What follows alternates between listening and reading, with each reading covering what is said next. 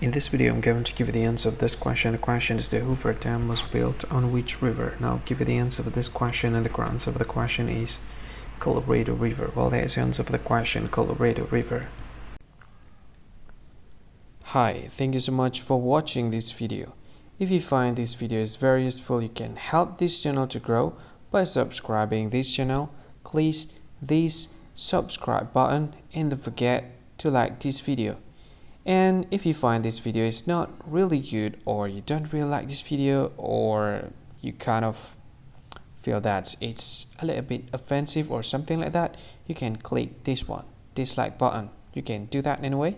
And if you want to share this video with your friend, you can share it by clicking this share button, and you can share it to any social media that you wish that is currently available at this time, like Facebook, Twitter, LinkedIn, and many others, right?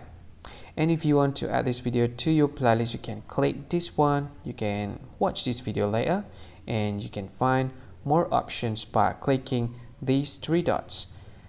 And yeah, don't forget to subscribe. I think that's all of it. Thank you so much for watching this video, and see you again in another video. Bye bye. See you again.